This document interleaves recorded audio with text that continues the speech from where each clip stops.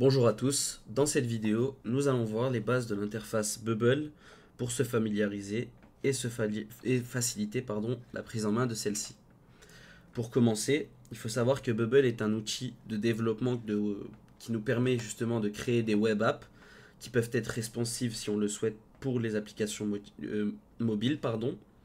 Et il faut aussi savoir que cette solution nous permet de créer et de personnaliser ces applications via une interface intuitive. Lorsqu'on arrive sur la page d'accueil de Bubble, on se retrouve sur nos applications, donc My Apps, dans laquelle nous pouvons venir ici créer une nouvelle application ou accéder à nos applications qui se trouvent juste ici. Ensuite, nous avons l'onglet My Plugin, donc dans lequel nous avons l'option d'aller chercher un plugin sur le marketplace. Donc tout simplement en allant sur le marketplace, en cliquant sur Plugin, et ici on a la capacité de récupérer des plugins. Nous verrons ça un peu plus tard dans la formation. Mais aussi, nous avons l'onglet My Templates. Donc dans celui-ci, si l'on va pareil dans la marketplace, nous pouvons récupérer des templates de sites ou d'app mobile. Donc ça, c'est si l'on souhaite partir avec une base. Nous, on va partir d'un canevas blanc pour créer cette application. Donc nous n'en avons pas besoin. Nous retournons dans My Apps pour créer une nouvelle application.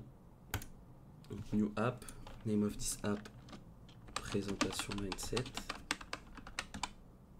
Donc on ne peut pas mettre de majuscules, c'est pour ça que je n'en mets pas ni d'espace. Si je fais ça, ce n'est pas pris en compte. Type d'application, nous allons mettre autre. Construit pour nous-mêmes. Voilà, c'est comme ça. Create a new app.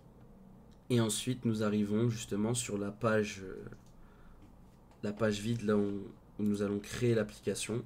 Donc là, nous avons l'application de base qui est créée, donc qui est une page blanche, donc la page index.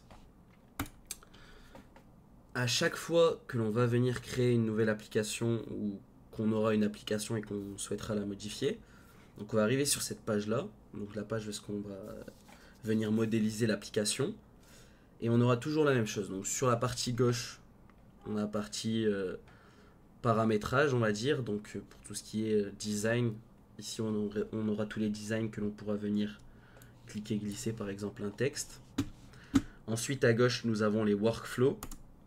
Donc les workflows, c'est en fait le flux que le bouton, lorsqu'on cliquera sur un bouton, donc il y aura un flux de travail derrière qui va nous permettre de tout simplement d'effectuer une action. Donc c'est ici qu'on viendra le modifier. La partie data que l'on verra pareil. Donc la partie style, plugin, là où on viendra ajouter les plugins, et settings. Donc tout ça on le verra un peu plus tard. Ensuite, pour chaque objet, nous avons justement ici la possibilité de modifier l'apparence de l'objet en insérant par exemple de la data dynamique, donc en récupérant des données que l'on a déjà, ou tout simplement en ajoutant du texte nous-mêmes. Ici nous pouvons modifier le style. Donc, nous avons différents paramètres à modifier, comme la taille, le cutoff, content elements, faire en sorte que l'élément soit cliquable, le workflow, donc qui nous ramènera justement à cet onglet-ci. Et enfin, en haut à droite, nous retrouvons la preview. Donc ici, nous viendrons tester l'application. Ici, la page est blanche, mais si nous venons écrire tout simplement Hello World et que nous actualisons la preview, nous allons retrouver notre texte juste ici.